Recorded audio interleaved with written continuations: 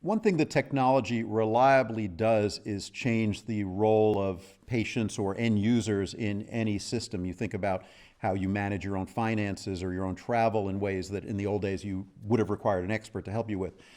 So that's happening in healthcare today, and it's going to happen more and more. In the future, patients will have access to essentially all the information that doctors have.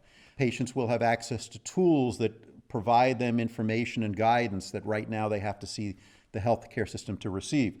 In the future, your refrigerator, your salt shaker will all have the Internet of Things embedded in them. So who knows, a patient with heart failure, maybe the refrigerator will be locked by the technology, or the salt shaker will be locked if they're taking in too much salt or too many calories.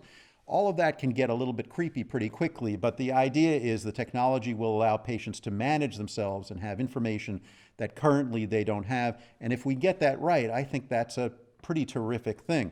It can also be a little scary.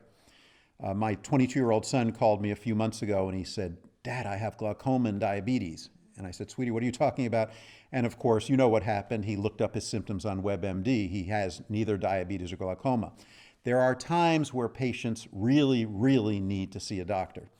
And this technology, of course, may create the illusion for patients that, oh, I don't need to see a doctor. Plus, I have a big copay if I do need to see the doctor or go see the doctor. I'm going to manage myself.